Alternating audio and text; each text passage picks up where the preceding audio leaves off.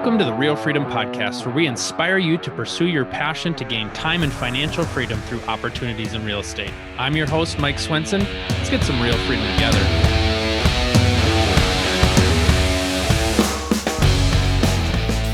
All right, welcome everybody to another episode of the Real Freedom Podcast, where we talk about building wealth, gaining time and financial freedom through opportunities in real estate.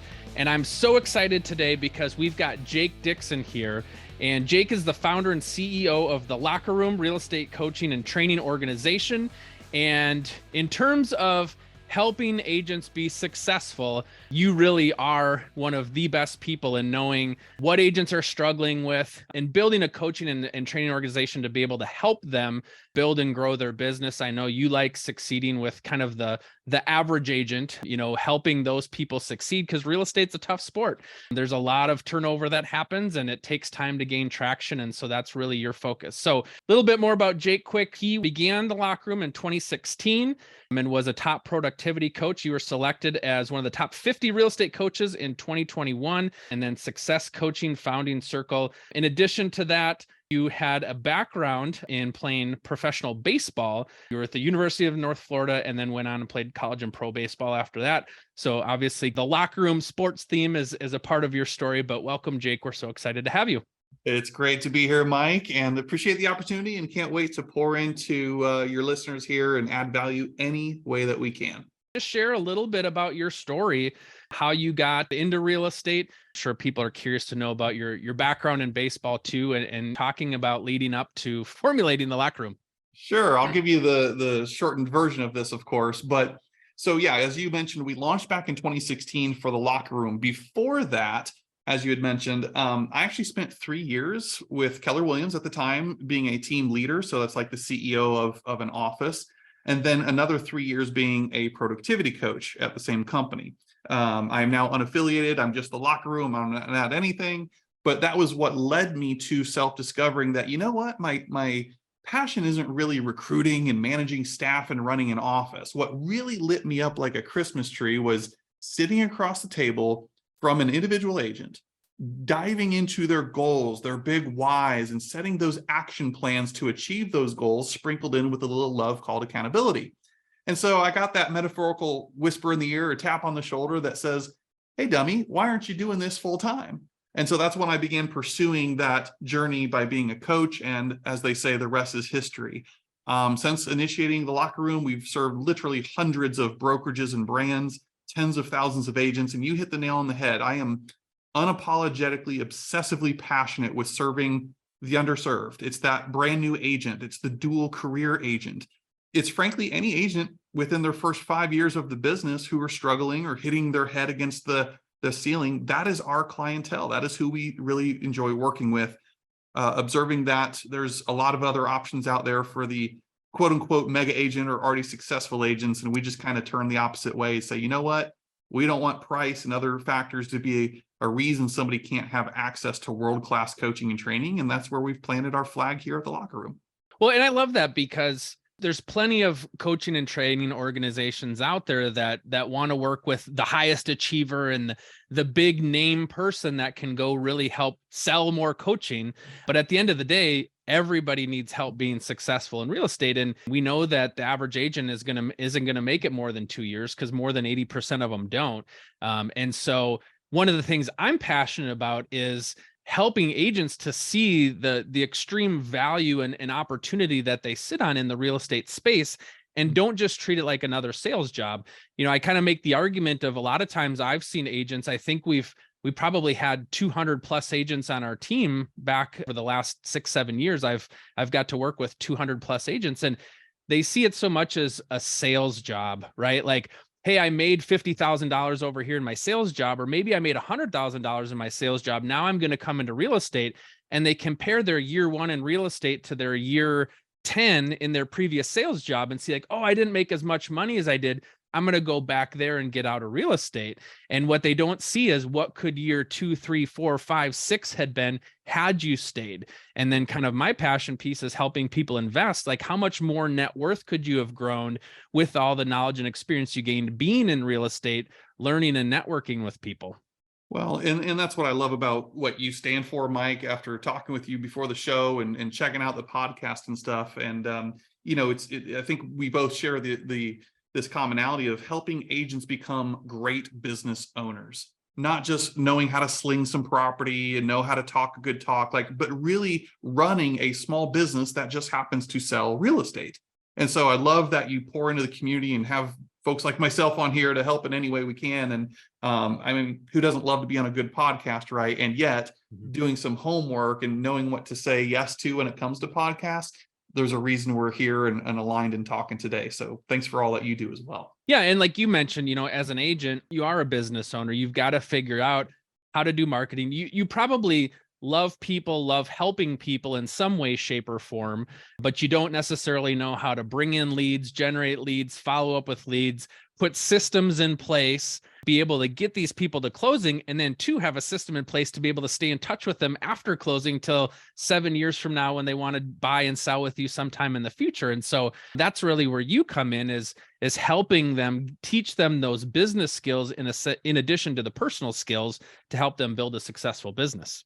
You're spot on. What you just said triggered. If anybody, I'm an avid reader and personal growth junkie, so I have a lot of quotes and books that I may drop. But one of them, of course, is Cash Flow Quadrant by Robert Kiyosaki. And what you just said made me think of the ESBI quadrant. If you don't know what I'm talking about, look it up. But it's employee, where I have a job, basically, that somebody trades time for money with me.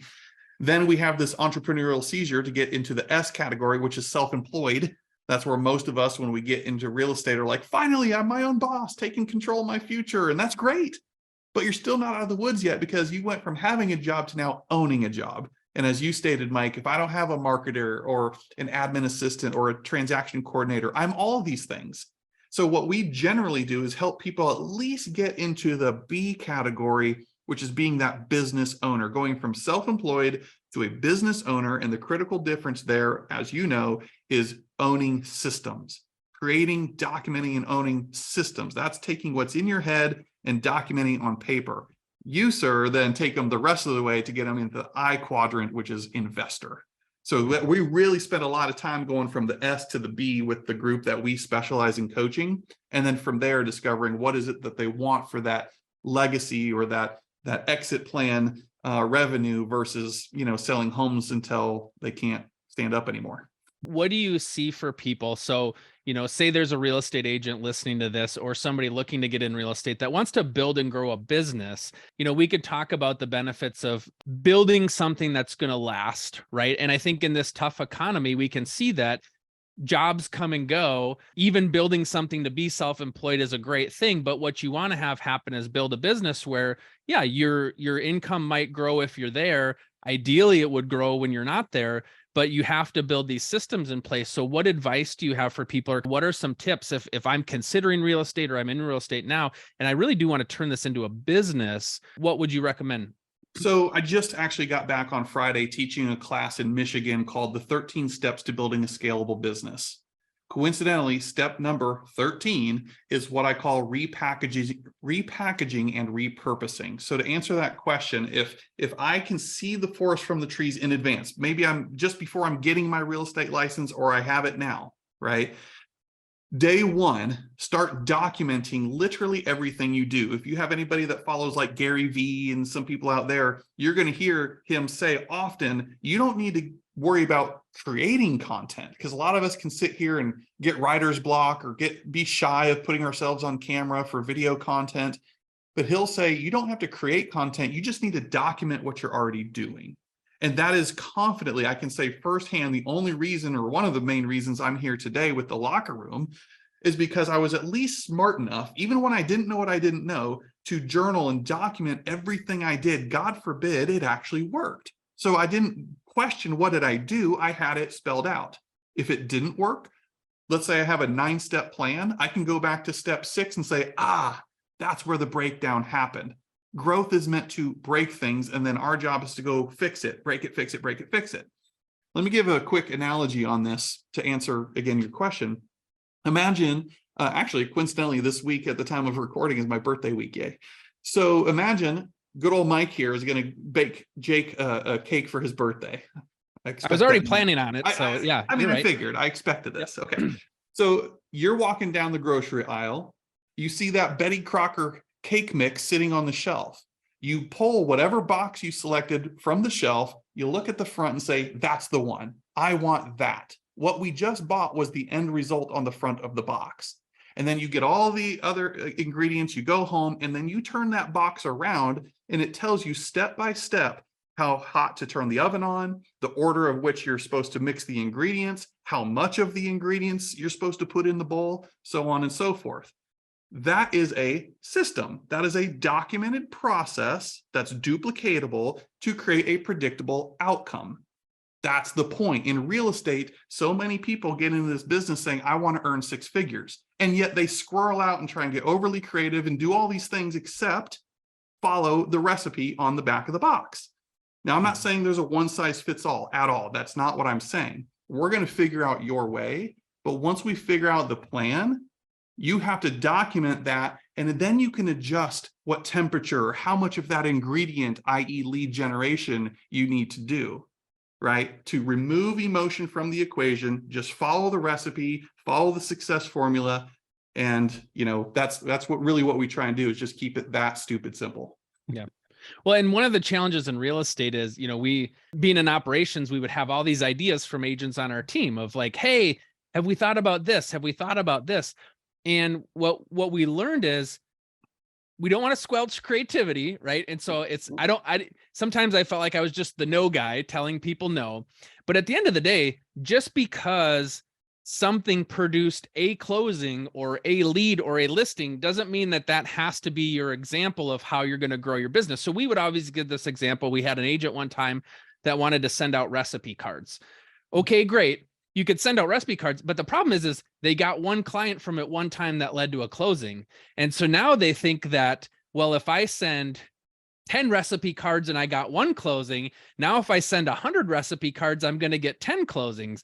So all I have to do is send out 100 recipe cards. Well, that might have been the 1 out of 1,000 that's going to have a closing because of your recipe card. So just because all lead generation can produce a result doesn't mean that that's going to be the best one for you. And so it's kind of weeding through all the crap to figure out the best way to grow your business.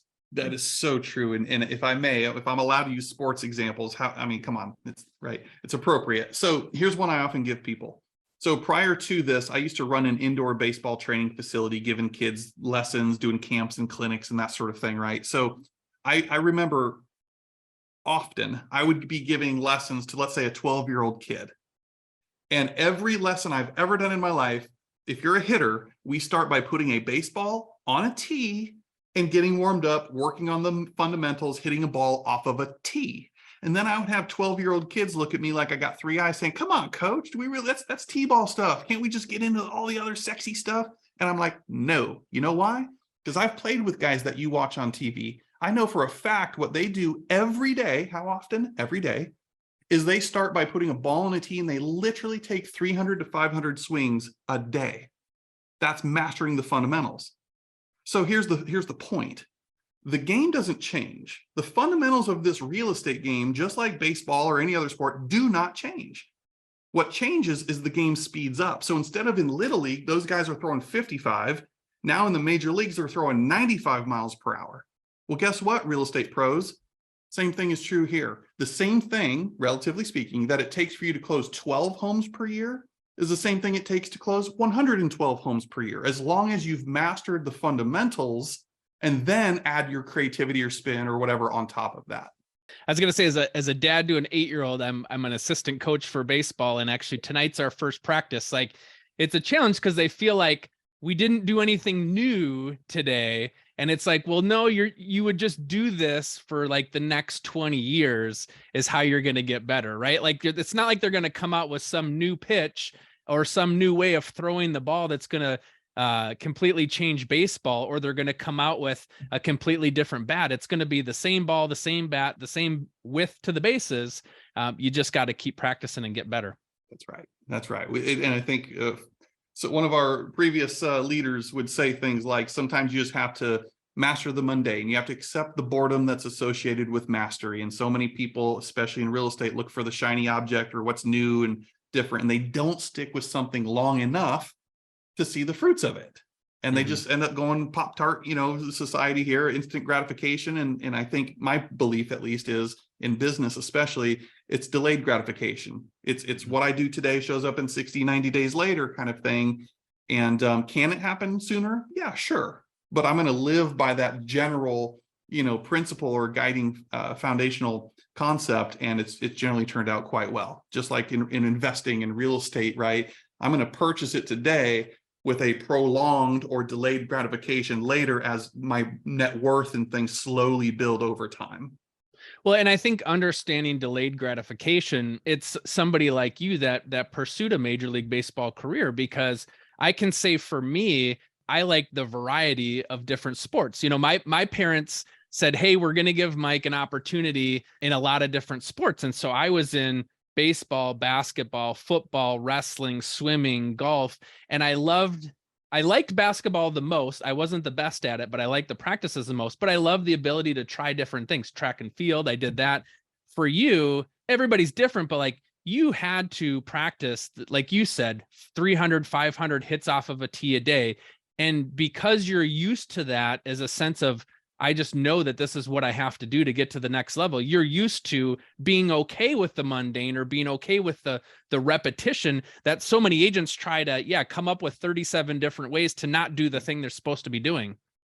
Well, exactly. And again, forgive me for all the metaphors and analogies here, but it's muscle memory. What I hear you saying is it's muscle memory, getting the reps in, conditioning yourself to do something that maybe started unnatural and make it involuntary or natural again, right? So I'm ashamed to admit I haven't worked out in a while, but if I went to work out right now, I'm going to go to the gym and I'm not going to max out. I'm not going to put all the 45s on and see how much I can lift. I'm going to go get in and get my form right. I'm going to focus on reps and get over that soreness that would have otherwise occurred. So many agents, listen up, you're going from JOB, some other previous career, entering real estate where let's largely assume you've never lead generated a day in your life, unless you were in a former sales career, and you're trying to go from 0 to 60 because certain training programs tell you to make 100 contacts a day or 20 contacts a day. Guess what? You're going to get sore. Your muscles are not conditioned to handle that. And then you fizzle out and get burnout because you're impatient of the results you didn't get by the work you put in. Or you feel like a failure because you couldn't do the thing that you thought you were supposed to do. So Right. it's like, well, if I can't do that number of contacts a day, every day I feel like I failed. Exactly. I'm a time on task over time guy. I'd rather have consistency where we do reps every day. I'm talking 5 contacts a day. Let's say something like that. 5 a day. I can later worry about in 1 month or 2 weeks or whatever, putting more weight on each side, i.e. going from 5 to 10 or something like that contacts per day. But I got to get my reps in. I got to create a habit with proper form first. And that's why, again, here's a crunchy thing I can give your audience. Here at the Locker Room, we've got something that we call the 5 to 25 challenge. And so math majors out there, here's all that is. It's nothing new. We just packaged it up differently. The 5 to 25 challenge is this. You make 5 contacts a day for 5 days a week for 50 weeks out of the year. I'm giving you weekends off, vacation, holiday time, whatever. 50 weeks a year, 5 a day for 5 days a week. Do the math. That's 1,250 real estate conversations over the course of 1 year. Now, I have tracked this for 7 years consistently, and I'm scary accurate for the lesser experienced, newer agents. You're going to get a 50 to 1 return. That is a 2% conversion ratio. For every 50 people you talk to, it will ultimately yield you 1 new piece of business. So let's take 1,250 real estate conversations over the course of a year, multiplied by 2%. What do you get? We get 25. That's 25 sales just by applying time on task over time. Anybody can talk to 5 people a day, but so many of us are so impatient that we never end up getting there. Right. And by the way, depending on the stats you look at, NAR, yes, 87% of agents fail, but it's also well above 90% of agents sell 24 or fewer homes per year, never netting the amount of money like 6 figures to feed and fund a family in your ideal lifestyle. So that's what we're about. Yeah. Well, and you'd mentioned too, like not everybody has the ability or necessarily wants to right off the bat go full-time in real estate.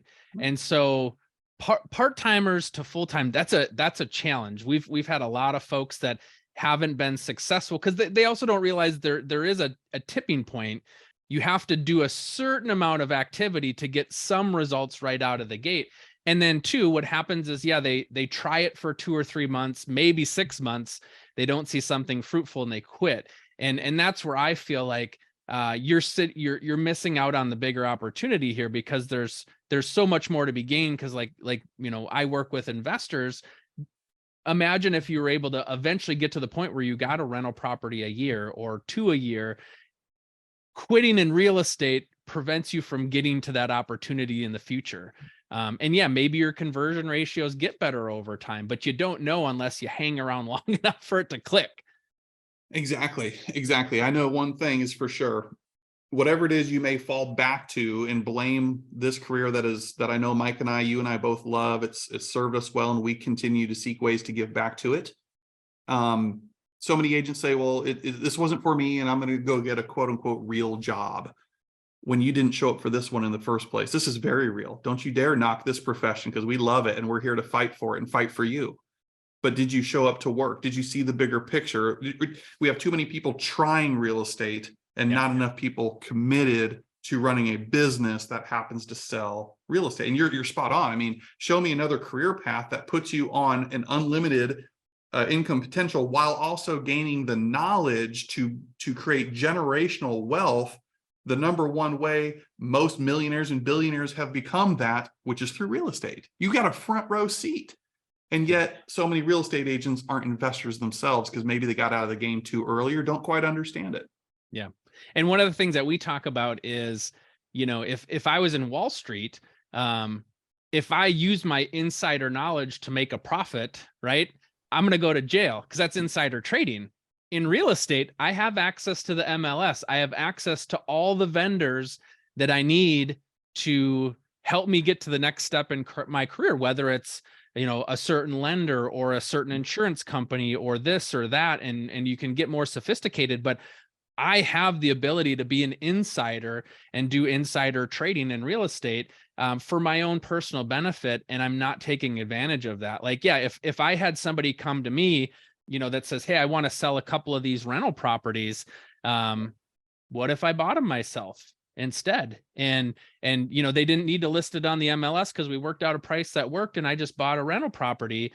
I can do that. I have that opportunity, and I'm not going to go to jail because it's not stock trading. So you have that opportunity, and people don't maybe realize the power that can have. But that may not come up until I'm 3 years into the business or 5 years into the business. And so that's why I just want people, don't quit, stay in real estate long enough till you start to see that stuff add on top of each other.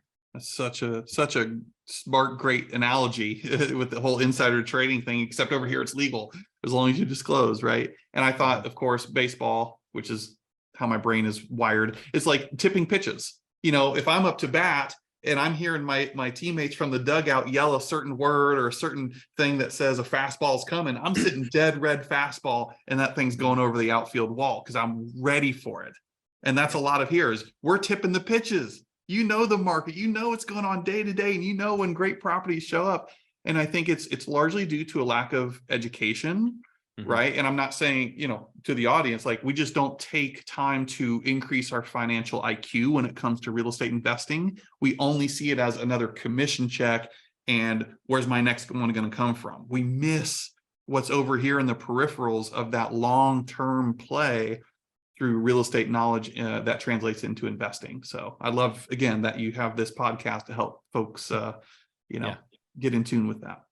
Yeah. And I was talking with somebody last week about cost segregation. So cost segregation, for those that don't know, is an opportunity to be able to have a study done on your property, essentially increase the depreciation that you can, have on your taxes, lower your tax threshold, and save yourself a lot of money. The problem is because everybody says, talk to your CPA, talk to your tax person, it's hard to put a number around that, right? To be able to see like, oh my gosh, I could have saved $20,000 in taxes this year, but it's because it's cost segregation. It feels like this complicated concept. We just had a cost segregation study done on a 25 unit property that we own this year, and are going to go through taxes this year and see the benefit of what it is. We had filed an extension, but that's where it's hard for people to understand that. Like, what if I told you you could save $20,000 in taxes by doing this?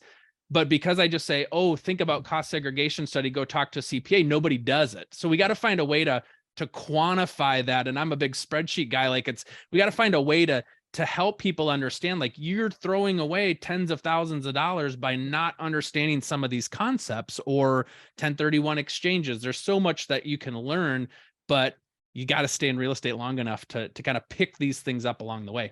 You're so right. Not only stay in real estate long enough, but take the genuine interest to go about something that you don't know much about, perhaps. And I'm being generic here, of course. I don't want to offend anybody, but a lot of times we just don't know what we don't know, and it's that unknown that prevents us from being willing to take action on something because it's safer over here. We feel vulnerable. We feel exposed. It seems like a headache, and I got to go learn all this stuff.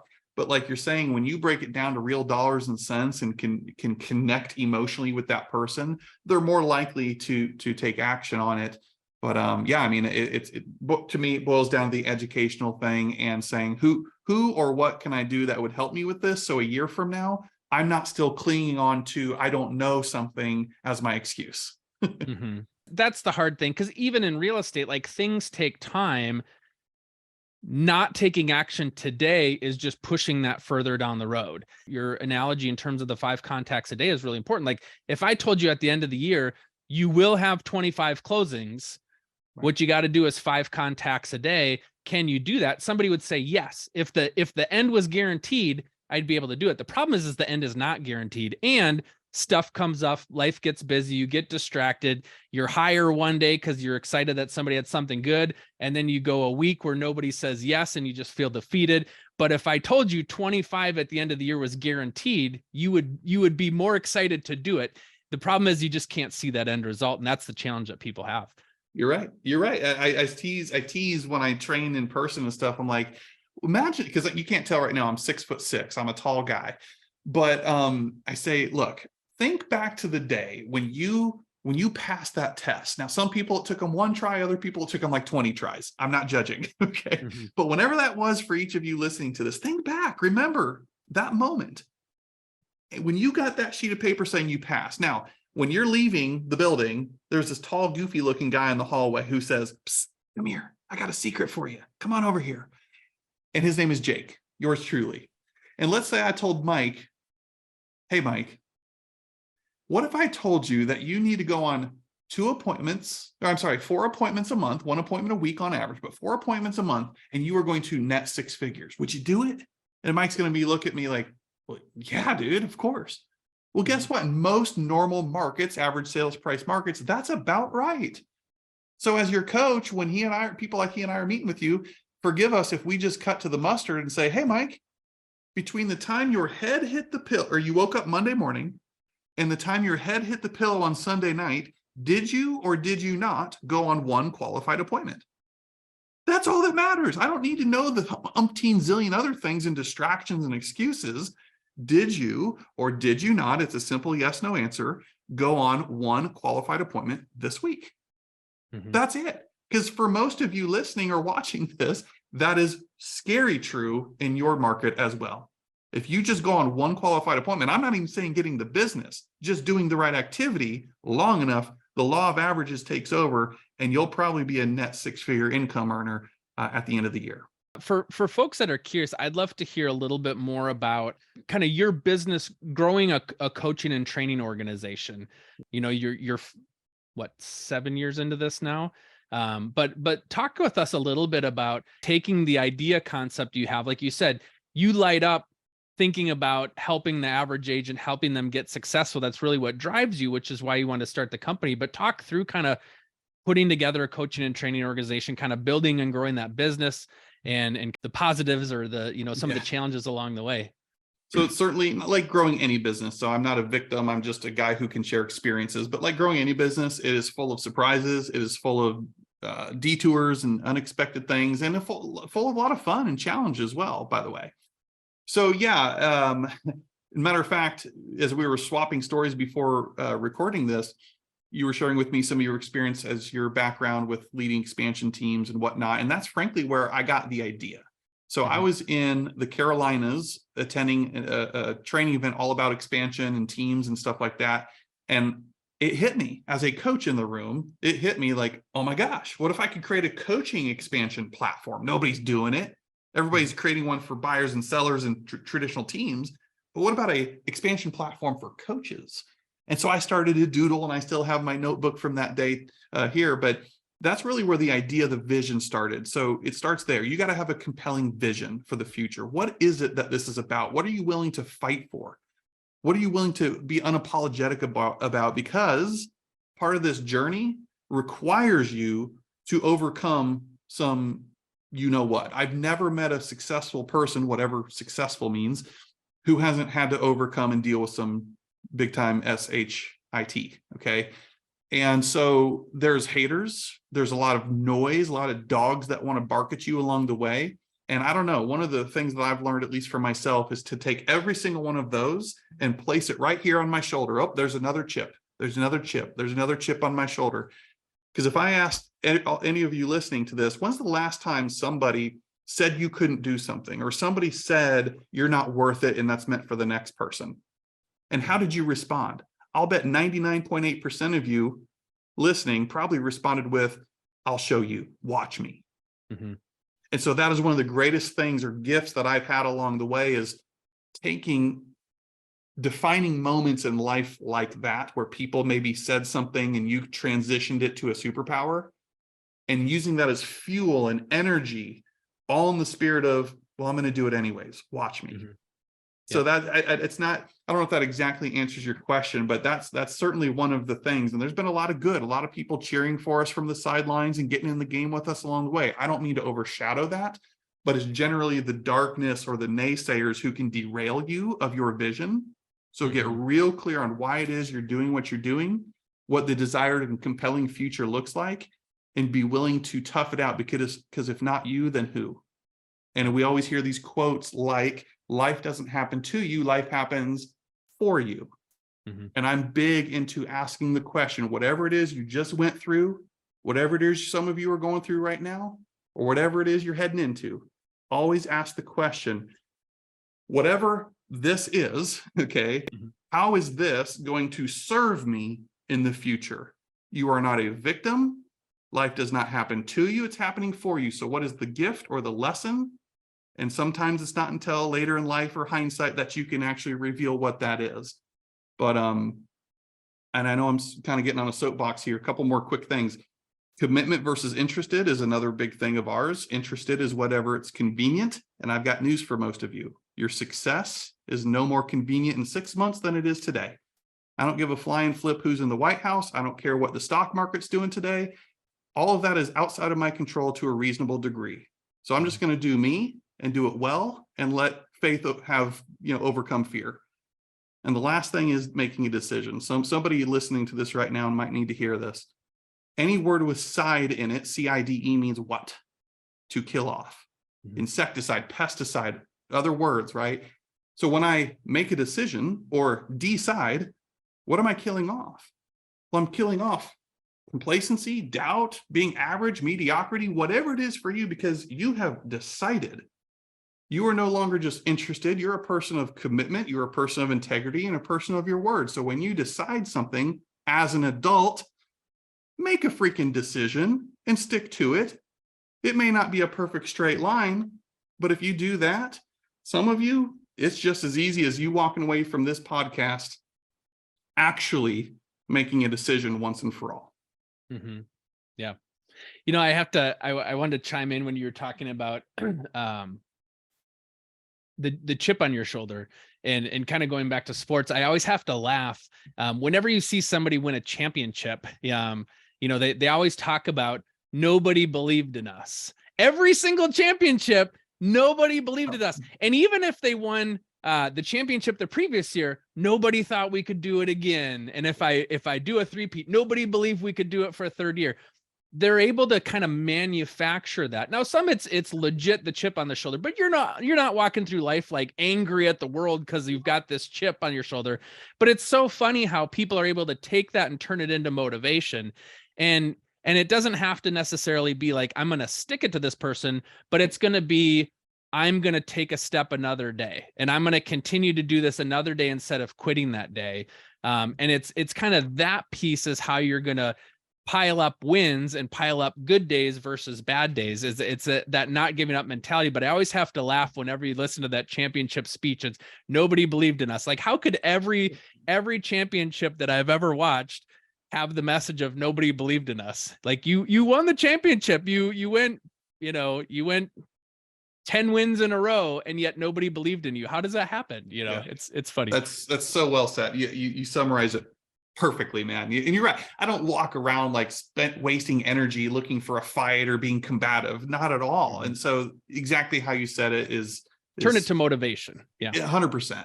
Because you're going to get those keyboard warriors. We all have them. Some of you are not posting or being as visible and things as you should because you're worried about that one keyboard warrior who has something to say on a post of yours versus the other 50 who would have felt so inspired and championing you all along the way. And I love what you said in terms of deciding and making a decision. I think that's what's kind of mentally what can challenge some people is if you've got one foot in the boat and you've got one foot on the dock. The hard thing is when something gets tough, you're just going to pop that foot off the boat and stay on the dock. And that's the challenge, like for people part-time going into real estate or people that are still kind of getting their feet wet is you're kind of mentally showing up like I've got one foot in, one foot out. That doesn't mean that you don't have another option at your disposal or a backup option. But the hard thing is you don't fully go all in when you kind of have one foot in, one foot out. And I think that hinders people from going all in real estate or committing to go into it for a lifetime versus, hey, I tried it for 2 years and now I'm like 87% of the people that didn't make it.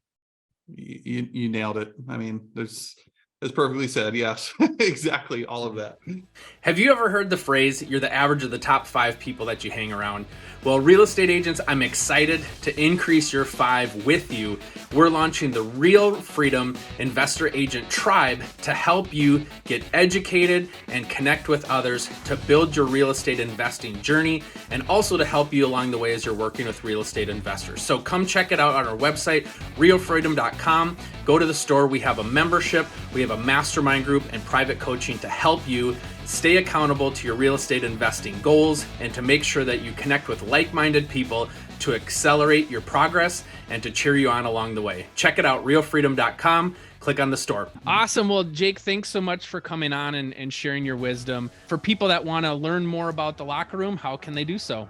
Yeah, sure. You can follow us on all the social media channels. We're everywhere on Facebook and Instagram and all that. Just look up the locker room and I'm sure you'll find it. Or you can, of course, go to our website, tlrnation.com, and we've got our big conference coming up in August of this year. So if anybody's jonesing to get in person and connect on a more authentic level, we'd love to have you check that out, and you can find that on our website.